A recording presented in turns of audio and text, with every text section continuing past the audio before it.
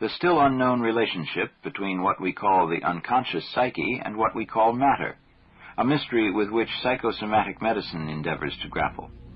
In studying this still undefined and unexplained connection, it may prove to be that psyche and matter are actually the same phenomenon, one observed from within and the other from without. Dr. Jung put forward a new concept that he called synchronicity.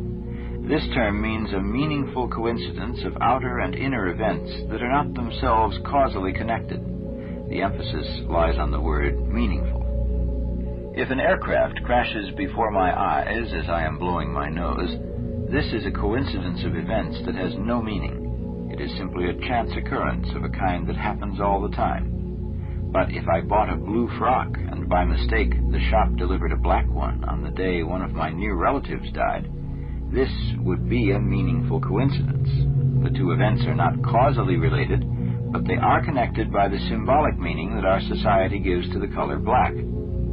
Wherever Dr. Jung observed such coincidences in an individual's life, it seemed, as the individual's dreams revealed, that there was an archetype activated in the unconscious of the individual concerned.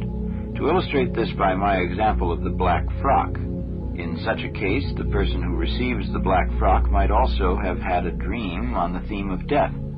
It seems as if the underlying archetype is manifesting itself simultaneously in inner and external events. The common denominator is a symbolically expressed message, in this case, a message about death. As soon as we notice that certain types of event like to cluster together at certain times, we begin to understand the attitude of the Chinese, whose theories of medicine, philosophy, and even building are based on a science of meaningful coincidences.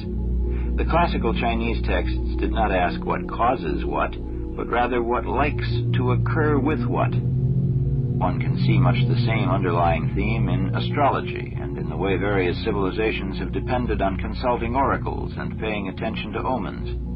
All of these are attempts to provide an explanation of coincidence that is different from one that depends on straightforward cause and effect. In creating the concept of synchronicity, Dr. Jung sketched a way in which we might penetrate deeper into the interrelation of psyche and matter. And it is precisely toward such a relation that the symbol of the stone seems to point. But this is still a completely open and insufficiently explored matter with which future generations of psychologists and physicists must deal. Synchronistic events almost invariably accompany the crucial phases of the process of individuation. But too often they pass unnoticed because the individual has not learned to watch for such coincidences and to make them meaningful in relation to the symbolism of his dreams.